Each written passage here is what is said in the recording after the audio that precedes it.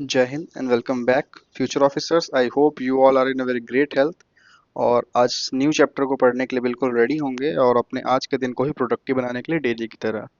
So I hope आपने इससे पहले के सारे चैप्टर्स पढ़ लिए हैं और अभी तक कोई डाउट नहीं है। If you have any single doubt kindly comment down and so let's begin this chapter.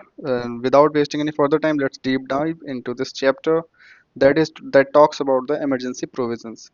अब कॉन्स्टिट्यूशनल लोकेशन कहाँ पे इसमें इमरजेंसी की बात की जाती है, हमारे कॉन्स्टिट्यूशन में किस जगह पे बात की गई है। तो these provisions are detail in the part 18 that cover the article 352 to 360।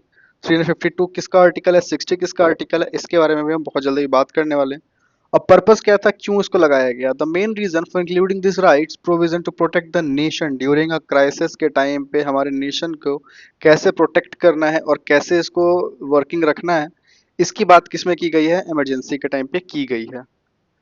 It's always says that ना prevention is better than cure. तो हम हर सिचुएशंस के लिए रेडी रहते हैं, इसलिए हमारे कॉन्स्टिट्यूशन में कोई भी ऐसी सिचुएशन, अनवांटेड सिचुएशन के लिए भी हम पहले से प्रिपेयर्ड हैं कि उस सिचुएशन में क्या स्टेप्स लेने हैं।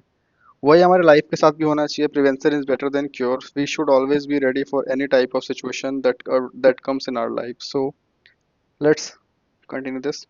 सो the goal is to safeguard the sovereignty, हमारी कंट्री की sovereignty, unity, integrity and security India की बनी रहे क्राइसिस के टाइम, और हमारे डेमोक्रेटिक सिस्टम के ऊपर कोई आपदा ना आए। इसके वजह से कॉन्स्टिट्यूशन ने खुद ही इमरजेंसी के प्रोविजंस दिए हुए हैं कि इस कंडीशन में क्या स्टेप्स लेने चाहिए।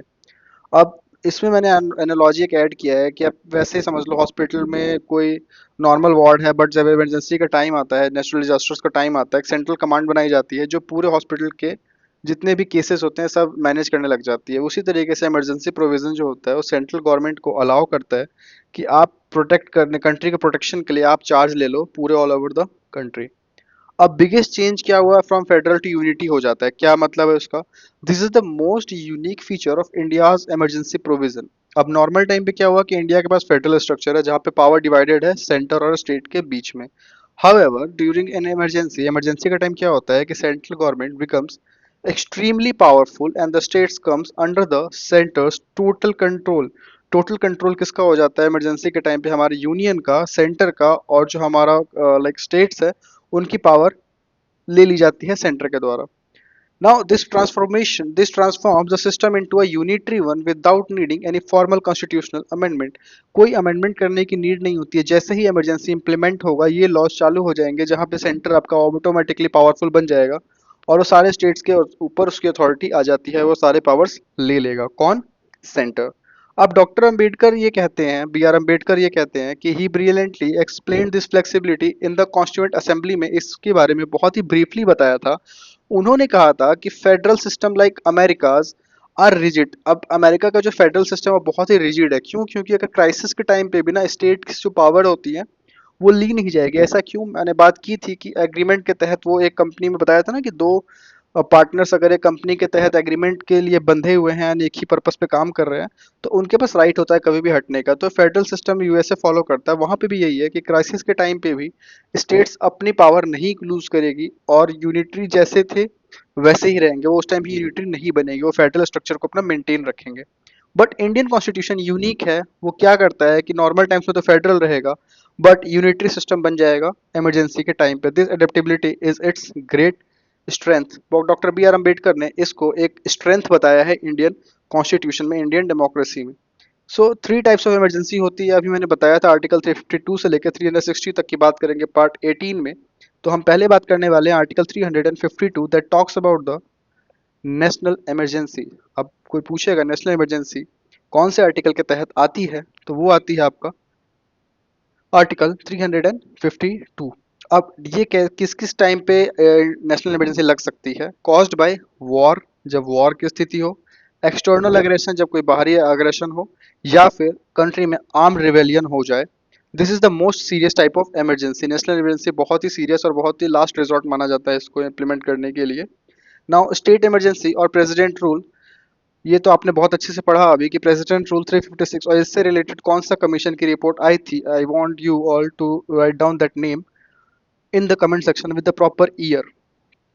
It is imposed when the constitutional machinery in a state fails. एक कॉन्स्टिट्यूशनल मशीनरी जो होगी किसी स्टेट में फेल होती है, तो on the government governor request और president itself if satisfied, then he will implement the president rule by suspending the current government of that state. And if the parliament pass the proclamation of the president, then president rule will be declared and the government will be demolished in that state.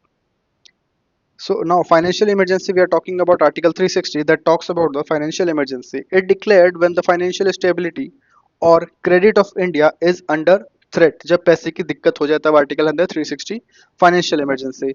हमने किस किस की बात की है? Article 352 जो हमारी बात करता है किसके बारे में? National emergency.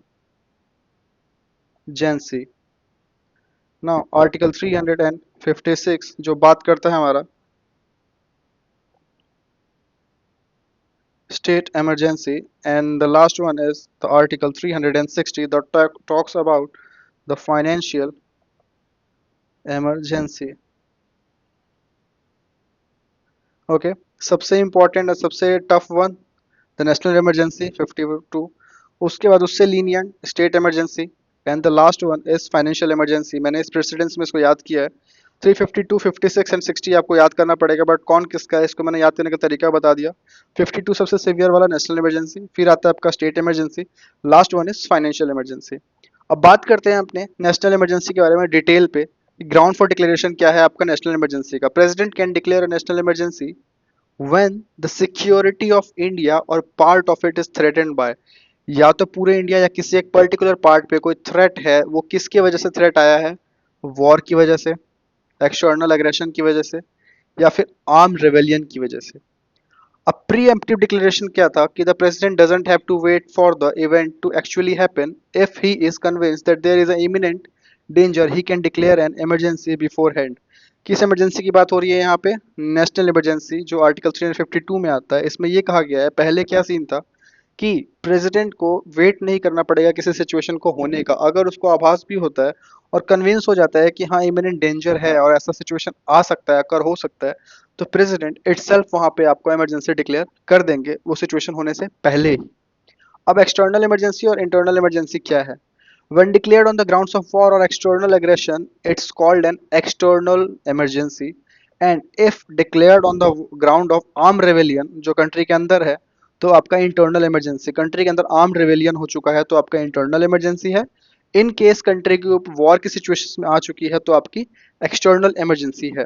अब क्या हुआ था? रियल लाइफ एग्जांपल 1975 की इमरजेंसी की हम बात करते हैं।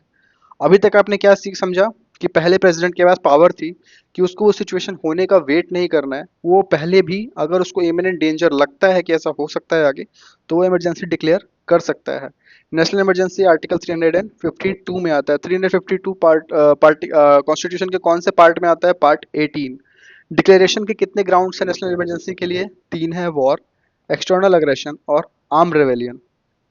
अब बात करते हैं जो हमारे बहुत ही फेमस 1975, इसको डार्केस्ट एरा भी बोला जाता है, तो 1975 के इमरजेंसी की बात करेंगे कि ओरिजिनली जो था ना इंटरनल डिस्टरबेंस था, आर्म रेवेलियन नहीं था, इंटरनल डिस्टरबेंस।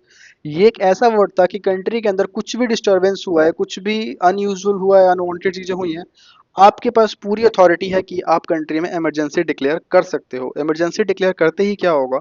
सारी पावर ऑटोमेटिक सेंटर के पास आ जाएगी। अब ये वो टाइम था जब जो ये टर्म था ना ये बहुत ही वेग था, क्योंकि आप खुद समझो कि इंटरनल डिस्टरबेंस तो आप किसी भी तरीके से हो सकता है, उसमें आप इमरजेंसी डिक्लेयर कर दोगे। कंट्री बार बार ऐसे इमरजेंसी में जाती रहेगी तो कंट्री के लिए बहुत बड़ा लॉस है ये। तो इसको क्या हुआ इन 1975 में, जो प्राइम मिनिस्टर इंदिरा गांधी जो लेड गवर्नमेंट थी, उन्होंने एक इमरजेंसी डिक्लेयर कर दिया, जो आज तक बहुत ही कंट्रोवर्शियल बोला जाता है क्योंकि इंटरनल डिस्टरबेंस पे की गई थी। अब इंटरनल डिस्टरबेंस की इस इशू को खत्म करने के लिए 44th अमेंडमेंट एक्ट आता है 1978 का, जिसमें बोला जाता है 75 से 77 तक वो इमरजेंसी चली थी। 78 में एक्ट आता है जिसको 44th अमेंडमेंट एक्ट कहा गया है। वो क्या करता है? इंटरनल डिस्टरबेंस वर्ड को रिप्लेस करके आर्म रेवेलियन वर्ड से चेंज कर देता है। नाउ अब इमरजेंसी डिक्लेयर नहीं हो सकती सिंपल इंटरनल प्रोटेस्ट अगर कंट्री में हो रहे हैं, जो कि आए दिन होते रहते हैं, तो उस केस में आप इमरजेंसी डिक्लेयर नहीं कर सकते हो। वहां पे आपको आर्म्ड रिवॉल्ट होना चाहिए, पूरे तरीके से आर्म्ड रेवेलियन होना चाहिए, वहां पे गन्स एंड सबका आर्म्स का यूज होना चाहिए वहां पे। तो अब इससे आप ये समझ सकते हो कि कंट्री में हर आए दिन आप कुछ ना कुछ प्रोटेस्ट देखते होगे जो हो रहे हैं। अगर वो आज भी ये इंटरनल डिस्टरबेंस टर्म वैलिड रहता तो आज अब हमारी कंट्री में आप ये नहीं समझते कि कितनी ही बार इमरजेंसी लग चुकी होती और कंट्री की कंडीशन क्या होती। तो thanks to this 44th amendment act of 1978 जिसने ये इंटरनल डिस्टरबेंस वर्ड हटा के आर्म रेवेलियन से रिप्लेस किया, this significantly change the whole theory of this emergency. अब डिक्लेरेशन प्रोसेस क्या है? written recommendation of the cabinet to prevent misuse the process of declaring emergency has strict safeguards हैं कुछ, जैसे कि रिटर्न रिकमेंडेशन चाहिए आपको कैबिनेट का, डायरेक्ट प्रेसिडेंट नहीं कर सकते हैं। The president can not declare an emergency on his own, अपने टर्म पे प्रेसिडेंट अपनी सेटिस्फैक्शन पे वो इमरजेंसी डिक्लेयर नहीं कर सकते हैं। वो सिर्फ तभी कर पाएंगे जब उनको एक रिटर्न रिकमेंडेशन मिलेगा यूनियन कैबिनेट का, जो कि हेड कौन कर रहा होगा? आपके पीएम कर रहे होंगे। पीएम का हेडेड जो काउंसिल ये होगा आपका यूनियन कैबिनेट, अगर वो रिटर्न में प्रेसिडेंट के पास लिख के भेजती है कि इस प्रॉपर रीजन की वजह से हमें लग रहा है कि इमरजेंसी डिक्लेयर करना चाहिए, तो उस केस में इमरजेंसी डिक्लेयर होगी। अब हिस्टोरिकल कॉन्टेक्स्ट की बात करते हैं कि ये सेफगार्ड जो है ना ऐड किया गया था कौन से एक्ट से? 44th amendment act of 1978। 75 में क्या होता है? पीएम इंदिरा गांधी, जो मैंने अभी बताया कि प्रेसिडेंट को एडवाइस करती हैं कि इमरजेंसी डिक्लेयर कर दो, उन्होंने अपनी कैबिनेट से कोई बात नहीं की थी और उनके कैबिनेट को पता भी चला था जब इमरजेंसी डिक्लेयर हो गई थी। और ये नया रूल जो है वो इंश्योर करता है कि कोई भी क्रिटिकल डिसीजन पूरी कैबिनेट की रजा मंजूरी से ही होना चाहिए और उसके बिना नहीं होना चाहिए। सिर्फ एक पीएम अगर चाहे तो इमरजेंसी डिक्लेयर नहीं कर सकती, आपके पूरी कैबिनेट की अप्रूवल लगेगी इसमें। और कैबिनेट वो रिटर्न अप्रूवल देगा प्रेसिडेंट को, उसके बाद ही प्रेसिडेंट इमरजेंसी डिक्लेयर कर सकते हैं, अदरवाइज ही कांट। अब जुडिशियल रिव्यू की बात करते हैं। Can the court question an emergency declaration? अगर मान लो इमरजेंसी डिक्लेरेशन हो गया, कैबिनेट ने लिख के भी दे दिया, प्रेसिडेंट ने अप्लाई कर दिया, बट क्या कोर्ट इसमें इंटरफेयर कर सकती है? वो चेक कर सकती है क्या वो इमरजेंसी के जो रीजंस दिए गए थे वो प्रॉपर सही थे, वैलिड थे या नहीं थे, या उस सिचुएशन में इमरजेंसी डिक्लेयर होनी चाहिए थी या नहीं होनी चाहिए थे? हाँ, कोर्ट क्वेश्चन कर सकता है। 38th अमेंडमेंट एक्ट 1975 में क्या हुआ था कि इसको डिक्लेरेशन को इम्यून बनाने की कोशिश की गई थी जुडिशियल रिव्यू से, जिसमें बोला गया था कि अगर इमरजेंसी डिक्लेयर हो चुका है तो कोर्ट उसमें इंटरफेयर नहीं कर सकता है। However 44th amendment act of 1978 जिसने पूरी पिक्चर बदल दी इमरजेंसी की, उसने इस प्रोविजन को ही डिलीट किया। और लास्ट में मिनर्वा मिल केस 1980, हमने बहुत डिटेल में पढ़ा था ये, आई होप आप सबको याद होगा और आपने वो वीडियो जरूर देखी होगी जिसमें हमने एआई इमेजेस के साथ इस पूरे केसेस को, इसको शंकरी प्रसाद, एस आर बोमाई केस, इन सब के बारे में पढ़ा था, केशव नंदा भारती केस, और आप सबको वो समझ में भी आया होगा। और अगर आपने नहीं देखा तो kindly go through the previous video. जो सुप्रीम कोर्ट है उन्होंने बोला कि proclamation of national emergency can be challenged in court. तो मिनर्वा मिल केस में ये बोला गया कि supreme court proclamation of national emergency को चैलेंज कर सकती है if it is found be to be mala fide, done with गलत इंटेंशन से उसको डाला गया है, उसको इम्प्लीमेंट किया गया है, और based on completely irrelevant fact के ऊपर उसको फैक्ट शो करके इमरजेंसी डिक्लेयर कर दी गई है कंट्री में, तो कोर्ट वहां पे इंटरफेयर कर सकती है और बिल्कुल करेगी। अब पार्लियामेंट्री अप्रूवल और ड्यूरेशन क्या होता है इसके बारे में बात करते हैं कि once the president proclaims an emergency it must be approved by the parliament. अगर प्रेसिडेंट इमरजेंसी प्रोक्लेम करते हैं, कर देते हैं, तो वो अप्रूव होगा पार्लियामेंट में। अप्रूवल टाइमलाइन क्या है इसका? जब proclamation must be approved by both houses, Lok Sabha and Rajya Sabha, within 1 month from the date it is issued. Date issue जिस दिन वो इशू हुआ है उसके 1 महीने के अंदर, not a single house but both house should approve it.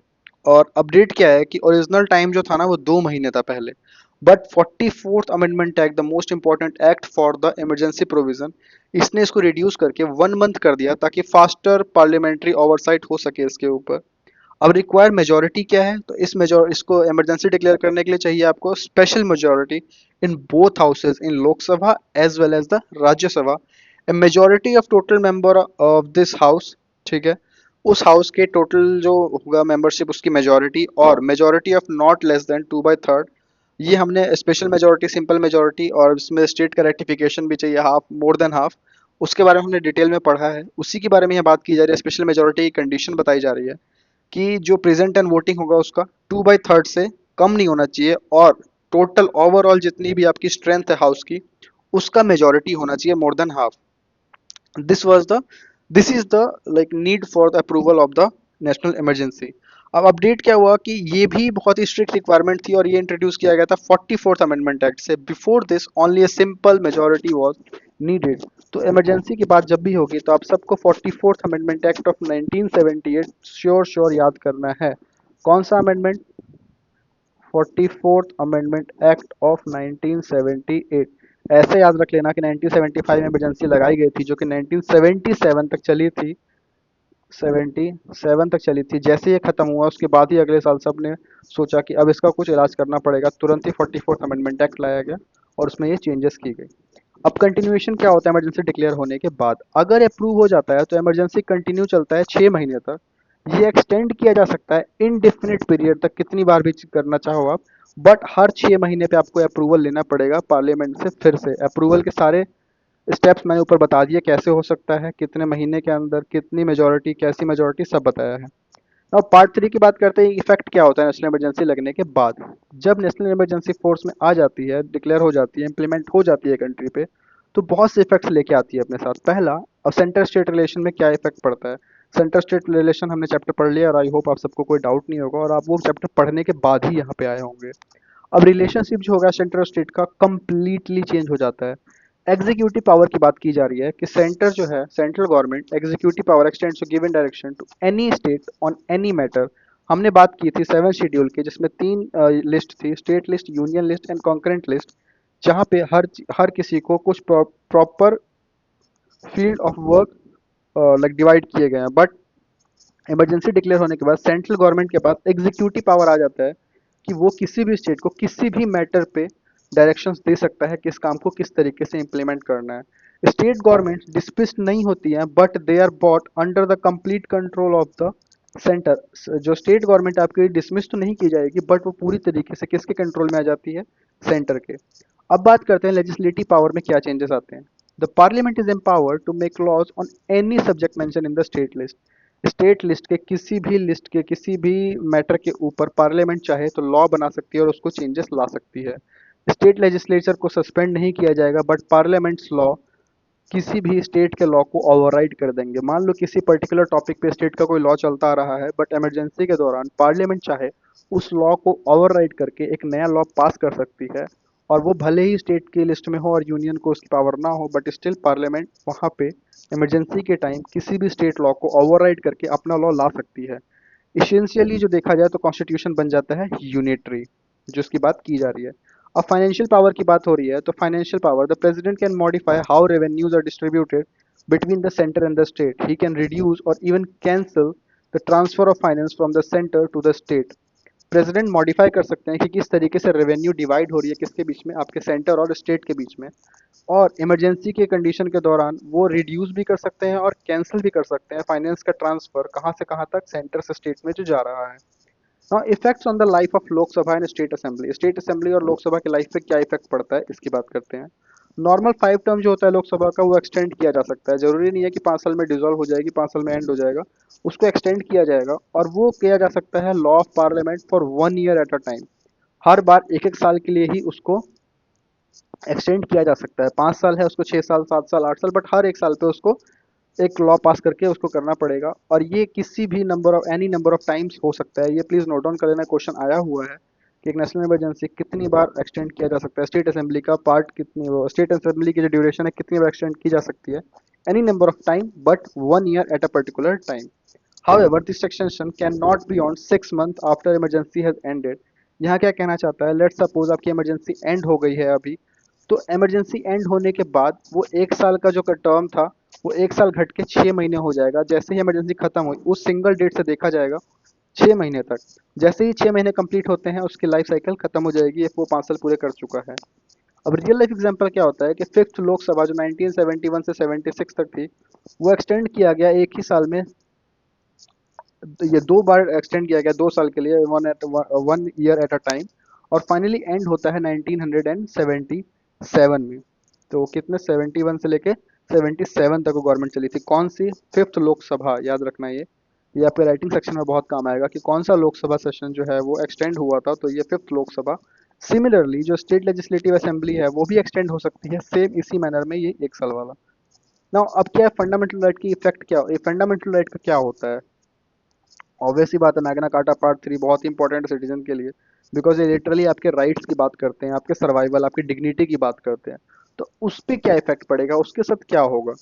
तो this is one of the most serious consequences. The impact is described in article 358 and 359 में बात की जा रही है। 358 क्या कहता है कि ऑटोमेटिक सस्पेंशन हो जाएगा आर्टिकल 19 आर्टिकल 19 का।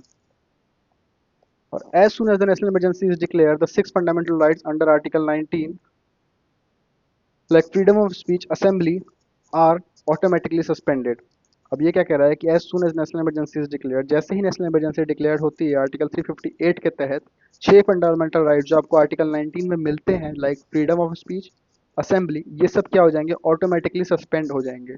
और कोई सेपरेट ऑर्डर की जरूरत भी नहीं है, इसके लिए ऑटोमेटिक हो जाएगा वो। अब 44th अमेंडमेंट एक्ट में क्या होता है कि this automatic suspension now only happens when the emergency is declared on the grounds of war और एक्सटर्नल एग्रेशन।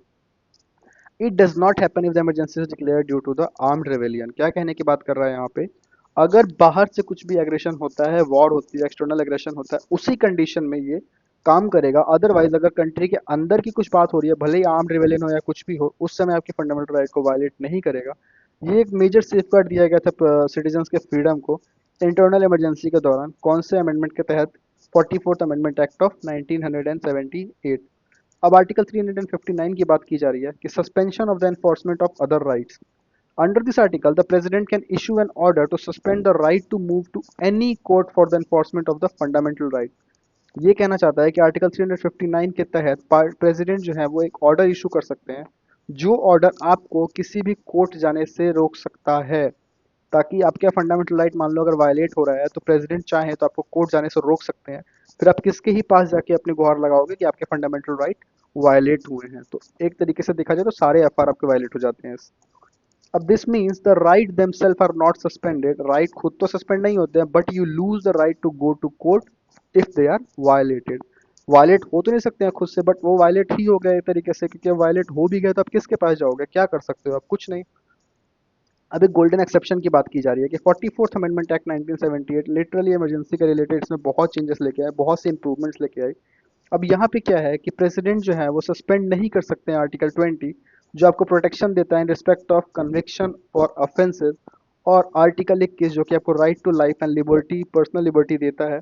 आर्टिकल 20 और 21 को प्रेसिडेंट सस्पेंड नहीं कर सकते हैं 44th amendment act national emergency के तहत। नेशनल इमरजेंसी के तहत प्रेसिडेंट कौन से आर्टिकल को सस्पेंड नहीं कर सकते, तो article 20 and article 21। These two rights remain enforceable even during the worst emergency. This is a cornerstone of individual liberty in India. Individual liberty के लिए बहुत ही इंपॉर्टेंट माना गया है इसको, क्योंकि कैसी भी कंडीशन हो, कोई सा भी इमरजेंसी लगा हो, बट प्रेसिडेंट आपके इन दो आर्टिकल्स को सस्पेंड नहीं कर सकते, दैट इज आर्टिकल 20 एंड 21। अब 358 और 359 के कुछ डिफरेंसेस पढ़ते हैं कि क्या इफेक्ट होता है इनसे। अब आर्टिकल 358 जो है ना, वो सिर्फ और सिर्फ आर्टिकल 19 के दिए हुए राइट से इफेक्ट करता है, उसी को डील करता है, इसी के साथ डील करता है बस। 359 क्या करता है, कोई भी fundamental right whose enforcement the president suspend through an order। Article 359 के तहत एनी फंडामेंटल राइट जिसको भी एनफोर्समेंट प्रेसिडेंट चाहे तो सस्पेंड कर सकते हैं ऑर्डर के थ्रू। अब एक्टिवेट कैसे होता है, तो आर्टिकल 358 ऑटोमेटिकली अपडेट एक्टिवेट हो जाता है जैसे ही इमरजेंसी डिक्लेयर होती है, कोई सेपरेट ऑर्डर की जरूरत ही नहीं है इसके। जैसे ही इमरजेंसी डिक्लेयर हुआ, ऑटोमेटिक आर्टिकल 358 आपका डिक्लेयर हो जाएगा। बट 359 ऑटोमेटिकली डिक्लेयर नहीं होता है, प्रेसिडेंट को एक ऑर्डर पास करना पड़ेगा ताकि ये पर्टिकुलर राइट्स आपके सस्पेंड किए जाते हैं। बट 20 और 21 आपके सस्पेंड नहीं होंगे। और ये कौन से अमेंडमेंट के through, article amendment 44th of 1978। when they apply up only operates during an external emergency that is on the grounds of war and external aggression। ये अप्लाई नहीं होते हैं अगर आपके इंटरनल इमरजेंसी की बात की जा रही है। इंटरनल इमरजेंसी कौन से, जैसे कि आपका आर्म्ड रेवेलियन हो गया। आर्टिकल 359 क्या कहता है कि ये ऑपरेट हो सकता है दोनों टाइम, बोथ एक्सटर्नल इमरजेंसी में भी और इंटरनल इमरजेंसी में भी।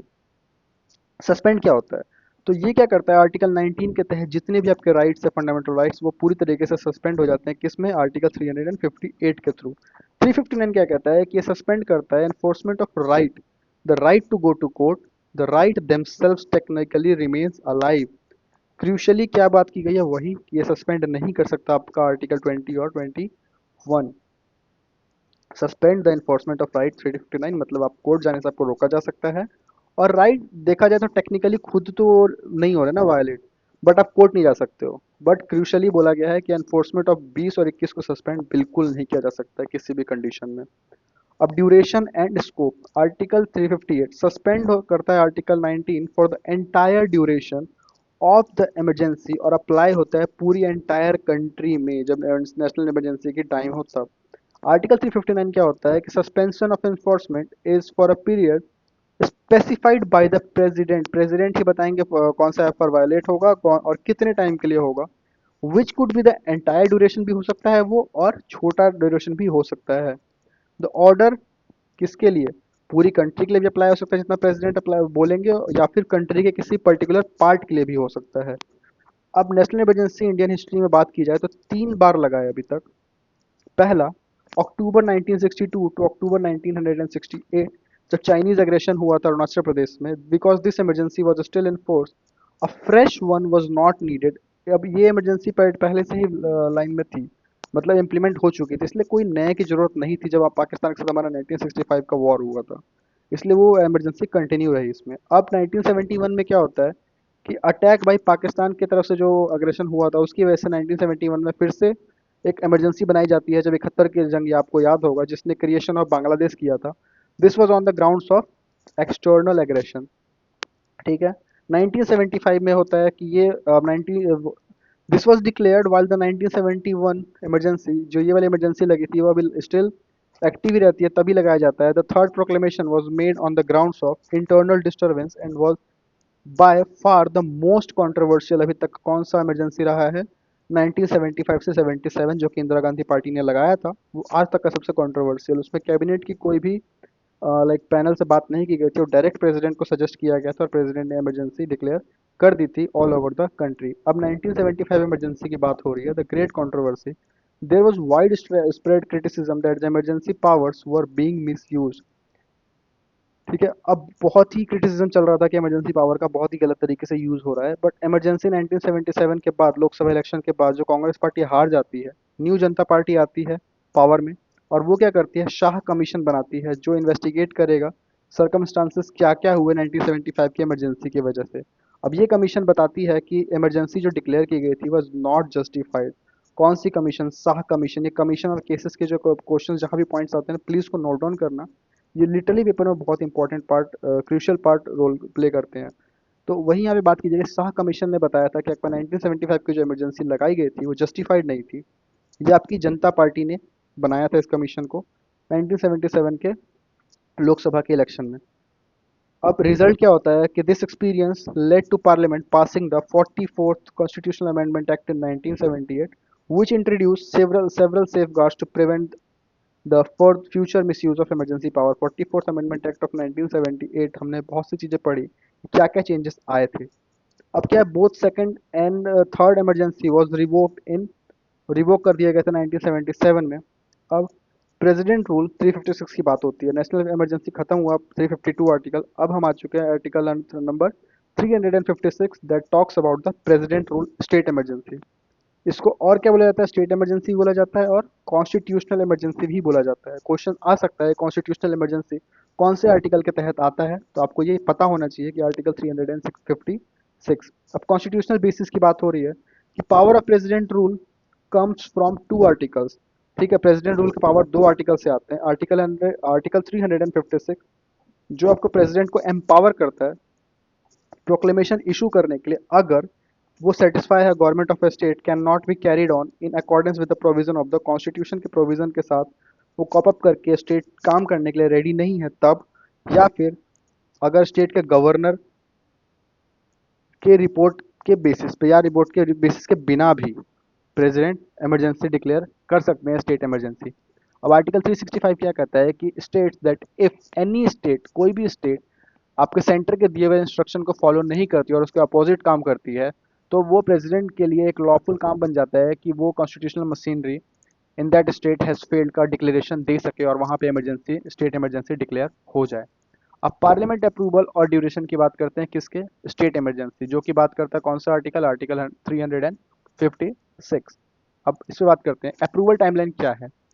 तो एक proclamation of president rule must be approve by the house with in 2 months. अब नेशनल इमरजेंसी का क्या था, 1 मंथ, बट ये स्टार्टिंग से 1 मंथ नहीं था नेशनल इमरजेंसी में, वो स्टार्टिंग से 2 मंथ था, बट 44th अमेंडमेंट एक्ट ने उसको सिम क्या कर दिया, 1 मंथ का कर दिया। बट अभी हम बात कर रहे हैं 356 president rule, that is the state emergency और द कॉन्स्टिट्यूशनल इमरजेंसी। ये बोलता है 2 महीने का टाइम पीरियड चाहिए होता है, इसके अंडर आपको अप्रूव करना पड़ेगा। It only requires a simple majority चाहिए, not like the national emergency in which we required the special majority. अब सिंपल मेजोरिटी की बात, कि majority of members present and voting की मेजोरिटी चाहिए, प्रेजेंट एंड वोटिंग जितने मेंबर हैं उनकी मेजोरिटी चाहिए। This is less strict, obvious सी बात है, नेशनल इमरजेंसी स्पेशल मेजोरिटी करता है, बट प्रेसिडेंट रूल जो है आपका स्टेट इमरजेंसी या कॉन्स्टिट्यूशनल इमरजेंसी, ये लेसर स्ट्रिक्ट है, बिकॉज ये आपको सिंपल मेजोरिटी से भी पास हो सकता है।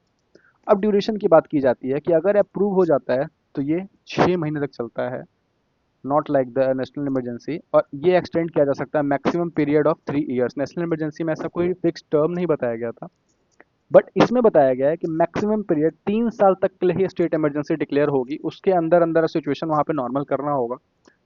हर 6 महीने पे आपको अप्रूवल लेना होगा, वहाँ पे हर एक साल पे था नेशनल इमरजेंसी में, यहाँ पे क्या बोला गया, हर 6 महीने पे आपको अप्रूवल लेना पड़ेगा आगे के 6 महीने फर्दर एक्सटेंड करने के लिए। ऐसे एक्सटेंड करते करते करते मैक्स टू मैक्स आप 3 ईयर तक किसी भी स्टेट में स्टेट इमरजेंसी लगा सकते हो, उसके बाद ऑटोमेटिक वहाँ सिचुएशन नॉर्मल होनी ही पड़ेगी। अब 1 ईयर का रिस्ट्रिक्शन लगाया गया। 44th amendment act of 1970 introduce a safeguard, इसने एक सेफ गार्ड इंट्रोड्यूस किया। इन्होंने बोला कि to extend president rule beyond 1 year 2 condition must be met. अगर मान लो 3 साल की बात हो तो रही है, बट ये बोला कि 1 साल तक तो चलो 6 महीने 6 महीने करके आपने कर दिया, 1 साल पूरा हो गया, बट अगर आपको 1 साल से आगे भी किसी स्टेट में स्टेट इमरजेंसी लगाना है, to give some importance to the state, to give some importance to the federal structure of India, 44th amendment act 352 के साथ साथ 356 के लिए भी कुछ कुछ सजेशंस लेके आती है। वो ये बोलती है कि 1 साल का पीरियड तभी एक्सटेंड हो सकता है, सिर्फ तभी जब स्टेट में या कंट्री में आपका नेशनल इमरजेंसी लगा हो पूरे इंडिया में, या फिर किसी भी पर्टिकुलर कंसर्न स्टेट में अगर इमरजेंसी लगा हुआ हो, तो आपका 1 साल से बियॉन्ड एक्सटेंड हो सकता है आपका प्रेसिडेंट रूल। या अगर इलेक्शन कमीशन ये खुद बोले कि जनरल इलेक्शंस अभी उस स्टेट में नहीं हो सकते हैं ड्यू टू एनी कंडीशन, अगर अगर इमरजेंसी वहाँ पे या कुछ भी हो रखा है, मान लो इलेक्शन कमीशन ये बोल देगा कि हम इलेक्शन करवा ही नहीं सकते हैं, तो ऑब्वियस सी बात है वहाँ पे प्रेसिडेंट रूल को एक्सटेंड करना पड़ेगा। और अगर कंट्री या फिर किसी पर्टिकुलर स्टेट में नेशनल इमरजेंसी डिक्लेयर हो रखी है तो आपको ये बात की जा रही है कि प्रेसिडेंट रूल जो है किसी कंट्री में पहले 3 साल तक आराम से लगाए जा सकते थे हर 6 महीने के अप्रूवल के बाद, but 44th amendment act of 1978 आता है, वो ये बोलता है कि अगर आपको 1 साल से बियॉन्ड फर्दर जाना है तो आपको हर लाइक 2 कंडीशन को फुलफिल करना पड़ेगा। पहला, या तो पूरी कंट्री या किसी पर्टिकुलर स्टेट में इमरजेंसी डिक्लेयर हो रखी हो नेशनल इमरजेंसी, या फिर इलेक्शन कमीशन खुद आके बोले कि जनरल इलेक्शन अभी कंडक्ट करवाना पॉसिबल नहीं है ड्यू टू सम डिफिकल्टीज। अब प्रेसिडेंट रूल के टाइम क्या होता है, स्टेट गवर्नमेंट डिसमिस की जाती है, the president dismisses the state government state council of minister headed by the chief minister के द्वारा जो गवर्नमेंट हेड की जाती है उसको डिसमिस किया जाता है प्रेसिडेंट के द्वारा। गवर्नर आपके चार्ज ले लेते हैं on behalf of the president, on behalf of the president carries on the state administration with the help of chief secretary के हेल्प से या फिर एडवाइजर्स के जो भी अपॉइंट किए जाएंगे प्रेसिडेंट के द्वारा। ये प्लीज नोट डाउन करना इंपॉर्टेंट है कि या तो चीफ सेक्रेटरी या फिर कोई भी एडवाइजर जो कि अपॉइंट किए जाएंगे प्रेसिडेंट के द्वारा, बाय द प्रेसिडेंट। अब स्टेट लेजिस्लेटर का फेट की बात करते हैं तो प्रेसिडेंट इधर सस्पेंड भी कर सकते हैं और डिसॉल्व कर सकते हैं स्टेट लेजिस्लेटिव असेंबली, ठीक है, किस कंडीशन में आपको पता है। अब पार्लियामेंट लॉ बना सकती है, parliament passes the state laws and its budget, ठीक है, it can delegate the power to make state laws to the president, के पास पावर आ जाती है, ये आपको पता ही है, अभी हमने पढ़ा है। अब जुडिशरी जो है आपकी अनटच्ड रहती है, उसमें कोई प्रॉब्लम नहीं आएगी। It is extremely important to note that the president can not assume the power of a state high court. State high court को आप चेंज नहीं कर सकते हो, स्टेट हाई कोर्ट की पावर उसी के पास रहेगी, तो उसको आप उसकी पावर ले नहीं सकते और उसको आप सस्पेंड नहीं कर सकते हो। The high court continues to function independently, वो काम करता रहेगा। अब बात की जा रही है कि कंट्रोवर्सी क्या है आर्टिकल 356 की, that is the state emergency, that is the president rule और that is the constitutional emergency. एक कंटेंटियस प्रोविजन क्या है कि आर्टिकल 356 बन चुका था कि बहुत कंट्रोवर्सी और criticise provision of the constitution, because इसका बार बार यूज करके 1950 तक, 1950 से अभी तक मतलब इसको 125 ओकेजन्स पे, और अगर करंट डेटा देखें तो 130 बार लग चुका है क्या स्टेट इमरजेंसी। ये शो करता है कि कितनी फ्रिक्वेंटली इसको यूज़ किया गया है, कैसे इसको बार बार यूज़ किया गया है। तो ये एक कंट्रोवर्शियल टॉपिक भी है। फर्स्ट टाइम अगर पूछा जाए कब लगाया गया था, तो पंजाब 1951 में सबसे पहली बार आपका क्या लगा था, स्टेट इमरजेंसी लगा था। अब एलिगेशंस क्या है मिस यूज़ के। On many occasions it has been imposed for political reason की वजह से इसको इम्प्लीमेंट करके वहाँ के स्टेट गवर्नमेंट को हटा के प्रेसिडेंट का रूल अथवा सेंटर का रूल आ गया है। एग्जाम्पल वन की बात करते हैं तो 1977 में जनता पार्टी गवर्नमेंट इम्पोज करती है इसको 9 स्टेट में, जो कि रूल की जा रही थी कांग्रेस पार्टी के द्वारा। उन 9 स्टेट में state emergency due to some reasons declare कर दिया जाता है। प्रेसिडेंट सेटिस्फाई होते हैं सिचुएशन से इसलिए, और सारी पावर चली जाती है सेंटर के पास, जो सेंटर में जनता पार्टी बैठी हुई थी। अब 1980 में क्या होता है कि जब कांग्रेस पार्टी रिटर्न आती है, पावर में वापस आती है, तो वो भी सेम काम करती है उन 9 स्टेट्स में जो कि अदर पार्टीज के द्वारा रूल की जाती है। तो दो पार्टी के टसल के बीच में आपका स्टेट सफर कर रहा है। अब एग्जांपल 3 की बात की जा रही है कि 1992 में एक BJP rule state MP, Himachal Pradesh और राजस्थान पे इम्प्लीमेंट किया जाता है। अगर डिफरेंसेस बात की जाए 352 और 356 की, तो मैंने एक टेबल प्रॉपर बनाया है, इस पे बात करते हैं।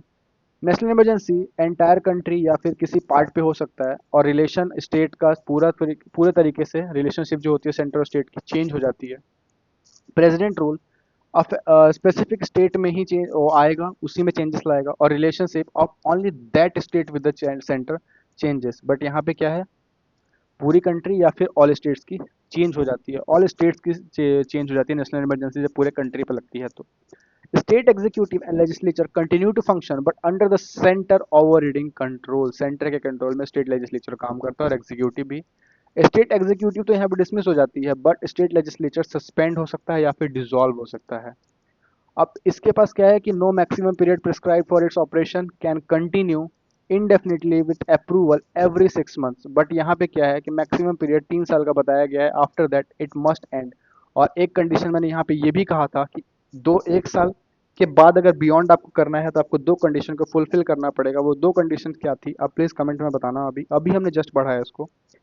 अब इसमें क्या, नेशनल इमरजेंसी में आपको स्पेशल मेजोरिटी की जरूरत है, स्टेट इमरजेंसी में आपको सिंपल मेजोरिटी की जरूरत है। कौन ज्यादा हार्ड हुआ, national emergency. Article 352 state emergency के और क्या क्या नाम है और कौन सा आर्टिकल है, कमेंट डाउन। अब it affects the fundamental right of the citizens, क्या आर्टिकल 352। बट ये आपके फंडामेंटल राइट पे कोई इफेक्ट नहीं करता state emergency. Lok Sabha resolution pass कर सकता है इसको खत्म करने का, इसमें कोई प्रोविजन की जरूरत नहीं होती है। Can be revoked only by the president on his own, president जब चाहे इसको रिवोक कर सकते हैं। अब पार्ट 9 की बात की जाती है कि जो फ्रिक्वेंट मिसयूज हो रहा था 356 का, उसकी वजह से एस आर बोमई केस हुआ था। और मैं लिटरली चाहूंगा कि आप S R Bommai case detail में पढ़े, जो मैंने लिटरली पढ़ा भी रखा है, और मैंने एआई की इमेजेस की हेल्प ली है ताकि आपको स्टोरी फॉर्मेट में पूरा एस आर बोमई केस पढ़ा सकूं। और आई होप आप सबको पसंद आएगा, तो आप प्लीज़ प्रीवियस वीडियो को रेफर करें और उनको अच्छे से गो थ्रू करें। अब प्रेसिडेंट रूल जो है वो सब्जेक्ट टू जुडिशियल रिव्यू है। Supreme court declare that the proclamation can be challenge in the court, court में चैलेंज किया जा सकता है प्रेसिडेंट रूल किस बेहाफ पे लगाया था आपने। A floor test is supreme. The court has stated that the question of whether a state government has lost the confidence of the assembly should be decided on the floor of the house, not by the subjective opinion of a governor। आपको ये majority lose की है तो सिर्फ governor की बात से आपको नहीं मानना पड़ेगा, उसको फ्लोर पे प्रूव भी करना पड़ेगा कि हाँ उसने सच में मेजोरिटी लूज की है। A government can not be unseated until its majority is tested in the assembly। उसको दोबारा से एक बार अपनी मेजोरिटी चेक करने का मौका दिया जाएगा, उसको बिना मेजोरिटी का चेक किए उसको आप गवर्नमेंट नहीं हटा सकते हो। और ये सेम केस हुआ था एसआर बोमई केस में, बहुत ही इंटरेस्टिंग केस। आप प्लीज उस वीडियो को जरूर देखें और उसको समझने की कोशिश करें कि एसआर बोमई केस क्या था। A burden of proof on the centre must prove कि रेलिवेंट मटेरियल एग्जिस्ट करता है इम्पोजिशन ऑफ प्रेसिडेंट रूल का इम्पोज करने के लिए। रेलिवेंट मटेरियल वहाँ पे सच में रीजन है कि हमने इसी वजह से इसको किया है। कोर्ट स्ट्राइक डाउन कर सकता है अगर वो देखता है कि जो आपका ग्राउंड है वो गलत इंटेंशन से किए गए हैं, तो उस केस में आपका जो कोर्ट है वो स्ट्राइक डाउन कर सकता है प्रोक्लेमेशन ऑफ स्टेट इमरजेंसी का। Assembly dissolution after approval state legislative dissolve तभी हो सकता है जब आपका पार्लियामेंट इसको अप्रूवल देगा। ठीक है, अंटिल देन प्रेसिडेंट सिर्फ और सिर्फ तब तक सस्पेंड कर सकता है। प्लीज वो सारे केसेस पढ़े जो मैंने पहले पढ़ाए हैं, उसमें बहुत डिटेल मैंने बताया है कि ऐसा क्यों हुआ था, किस रीजन से हुआ था, क्या इसके पीछे की स्टोरी है। वरना पहले ऐसा कुछ नहीं था ओनली आफ्टर वाला सीन, ये बाद में आया। तो ये केसेस आप पढ़ेंगे तो आपको बहुत अच्छे से क्लियर होगा। This gives parliament a chance to review the decision before the assembly is irreversibly dissolved। Okay, ये पार्लियामेंट को चांस देता है रिव्यू करने का।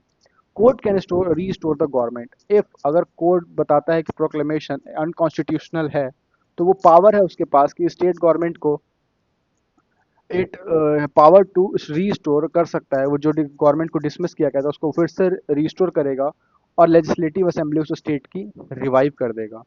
अब सेक्युलरिज्म जो है एक बेसिक फीचर है, ये हमने बेसिक फीचर चैप्टर में पढ़ा था अच्छे से एकदम, कि बेसिक फीचर का प्रॉपर डेफिनेशन नहीं है, बट कुछ इंपॉर्टेंट फैक्ट्स हैं जो हमको कंसीडर रखने चाहिए कि बेसिक फीचर ये पार्ट बनाता है बेसिक फीचर का।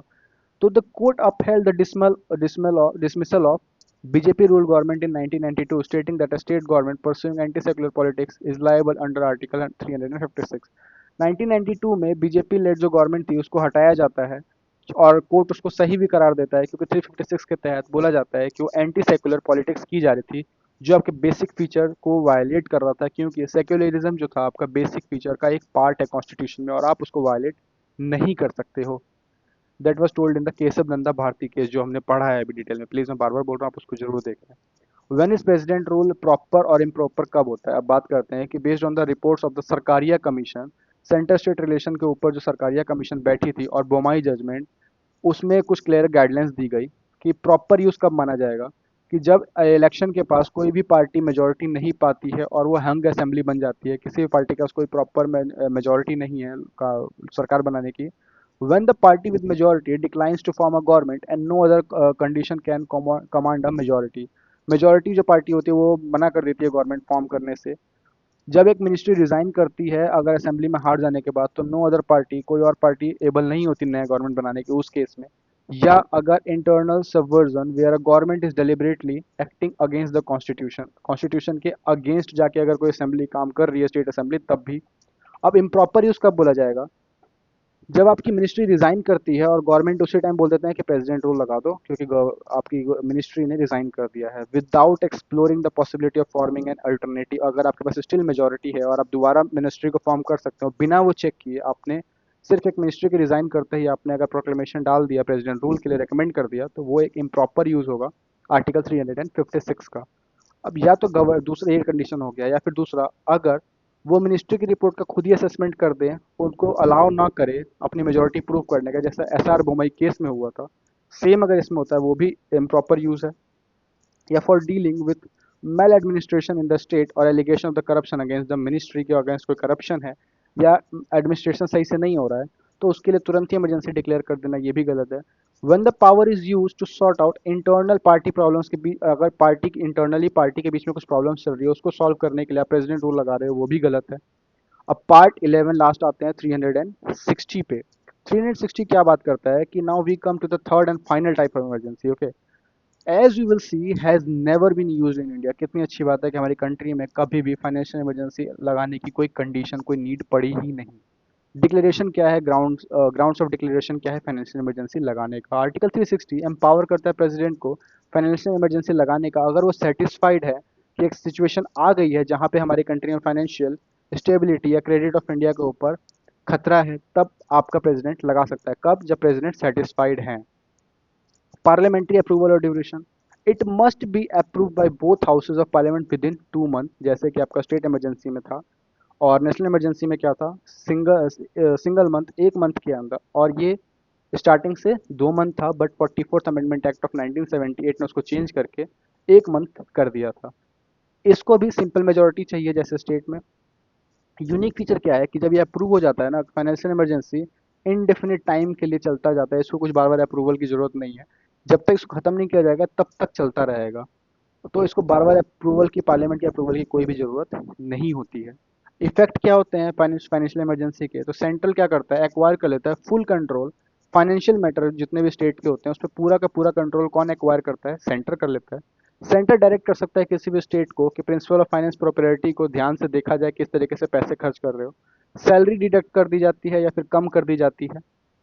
बाकी स्टेट के जितने भी सर्विंग स्टाफ्स होते हैं, अगर प्रेसिडेंट ऐसा बोलते हैं, कोई भी प्ले पर्सन जो सर्व कर रहा है स्टेट में, ऑल और any class of person serving the union में भी अगर कोई कर रहा है तो दिस इंक्लूड्स द जज ऑफ द सुप्रीम कोर्ट और हाई कोर्ट के जजेस पे भी ये पावर, ये लागू होता है कि उनकी सैलरी को कम किया जाएगा। सॉरी। स्टेट मनी बिल्स और फाइनेंशियल में reserve for the consideration of the president, बताया था ना जैसे लास्ट चैप्टर में कि किसी फैमिली में अगर प्रॉब्लम आई है तो फैमिली मेंबर्स क्या करते हैं, आपके हेड ऑफ द फैमिली के लिए रिजर्व करके रखते हैं पेपर्स को, कि उनकी निगरानी, उनके अप्रूवल के बाद ही पैसे खर्च होंगे। तो वैसे ही यहाँ बात है, स्टेट मनी बिल और अदर फाइनेंशियल बिल्स जो भी होंगे वो रिजर्व कर दिए जाएंगे कंसिडरेशन ऑफ प्रेसिडेंट, अगर वो अलाउ करते हैं तभी वो पास होगा, अदरवाइज वो नहीं होगा। अब एक फाइनेंशियल इमरजेंसी का क्या है, आज तक कभी डिक्लेयर नहीं हुई है, जबकि फाइनेंशियल क्राइसिस आया था 1991 में, स्टिल उस टाइम भी हमें डिक्लेयर करने की जरूरत नहीं पड़ी थी, हम सर्वाइव कर गए थे विदाउट एनी प्रॉब्लम। अब क्रिटिकल लुक देखते हैं इमरजेंसी प्रोविजन का क्या है। क्रिटिसिज्म दिया गया कॉन्स्टिट्यूएंट असेंबली में, ऑब्वियस सी बात है क्रिटिसिज्म हर चीज का आएगा। Some members had serious fears about this provision के बारे में, कुछ को बहुत ही सीरियस डर था। वो डर क्या था कि फेडरल कैरेक्टर जो आपका कॉन्स्टिट्यूशन का है वो डिस्ट्रॉय हो सकता है, जब चाहे तो प्रेसिडेंट सेटिस्फाई होकर फाइनेंशियल इमरजेंसी लगा सकते हैं और allocation of fund to the state रोक सकते हैं। प्रेसिडेंट डिक्टेटर बन जाएंगे, जो अभी मैंने बताया। फाइनेंशियल ऑटोनॉमी स्टेट की जो होगी वो नलीफाइड कर दी जाएगी। फंडामेंटल राइट मीनिंगलेस हो जाएंगे, क्योंकि डेमोक्रेटिक फाउंडेशन जो होगा कॉन्स्टिट्यूशन का वो खत्म हो जाएगा। एच वी कामथ ने बोला कि I fear that by the single chapter that of emergency we are seeking to lay the foundation of totalitarian state, एक पुलिस स्टेट बन जाएगा ये डेमोक्रेटिक स्टेट से हट के। किसने बोला था? एच वी कामथ ने बोला था। के टी शाह ने बोला कि चैप्टर ऑफ रिएक्शन और रेट्रोगेशन का चैप्टर है। किसने बोला? के टी शाह ने बोला। अब इसके डिफेंस में भी कुछ लोगों ने बोला कि सर अल्लादी ए के अय्यर ने बोला कि very life breath of the constitution, life breath है आपके कॉन्स्टिट्यूशन का। किसने बोला? एक ए के अय्यर ने ये बोला, सर ए के अय्यर ने। महावीर त्यागी बोलते हैं कि they believe that work as a safety valve theory, safety valve theory, sorry, safety valve काम करेगा कॉन्स्टिट्यूशन के लिए। अब अंबेडकर जी के फाइनल वर्ड्स क्या थे, कि अंबेडकर जी ने बोला कि वाइल डिफेंडिंग द प्रोविजन, उन्होंने डिफेंड किया इस प्रोविजन को और एक्सेप्ट किया कि हाँ इसके मिसयूज तो हो सकते हैं, बट मैं ये भी डिनाई करता हूँ कि आप इसको बिल्कुल ही खत्म कर दो या फिर पॉलिटिकल पर्पस के लिए यूज करेंगे, इसको मैं डिनाई करता हूँ। I all do not altogether deny that there is a possibility of article abuse, तो उसका होगा, देखो प्रॉपर मिसयूज भी हो सकता है, इसमें मैं डिनाई नहीं करता हूँ। ये डॉक्टर अंबेडकर जी के फाइनल वर्ड्स थे। उन्होंने बोला कि ड्रास्टिक पावर ऑफ आर्टिकल 356 वो एक डेड लेटर की तरह ही रहेगा and would only be use as a measure of last resort. ये पॉइंट बार बार आया है और क्वेश्चन पेपर में भी आ चुके हैं कि आर्टिकल 356 को लास्ट रिजॉर्ट किसने बोला, डेड लेटर किसने बोला। या इसको इस तरीके से पूछा जा सकता है कि बी आर अम्बेडकर ने article 356 state emergency that is also called the constitutional emergency that is also called the president rule, इसको क्या बोला था? तो आपको याद होना चाहिए, डेड लेटर बोला है और लास्ट रिजॉर्ट बोले हैं। अब ये इवेंट 1950 से however shows that what was hoped to be a dead letter has at times become a deadly weapon against state government। मैंने बताया ना 130 बार अभी तक स्टेट इमरजेंसी लग गया, तो एक तरीके से उसको डेड लेटर ना मान के उसको सेंटर ने डेडली वेपन ही यूज किया स्टेट गवर्नमेंट के खिलाफ। अब ये रिफ्लेक्ट करता है कि ongoing debate in India between the need for strong central authority in crisis and the importance of state autonomy, एक फेडरल सिस्टम में स्टेट ऑटोनॉमी की कितनी नीड होती है इसके बारे में बात करता है। Okay, so this was the end of this chapter that was an emergency provisions. I hope आपको ये तीनों पार्ट सही से समझ में आए होंगे, that is the article 352, 356 and 360। अब इसमें आपका होमवर्क एक ये है कि आपको इसमें जितने भी कीवर्ड्स मैंने बताए हैं कि किस में कितने अप्रूवल की रिक्वायरमेंट है, कितने टाइम तक चलता है, कितने मैक्सिमम पीरियड तक चल सकता है, कितने अप्रूवल्स की नीड होती है, कौन किस आर्टिकल में आता है, किस पार्ट में आता है, इसके कीवर्ड्स प्लीज आप कमेंट डाउन में प्रॉपर टाइप करेंगे। ये टाइप करने से आपको लिटरली वो चीज़ बहुत लाभ लंबे समय तक याद रहेगी, क्योंकि आप खुद इसको याद करके टाइप कर रहे हैं। Will meet you soon, very soon in the next chapter. Till then, take care of your family's health and your health too. So, signing off. Jai Hind.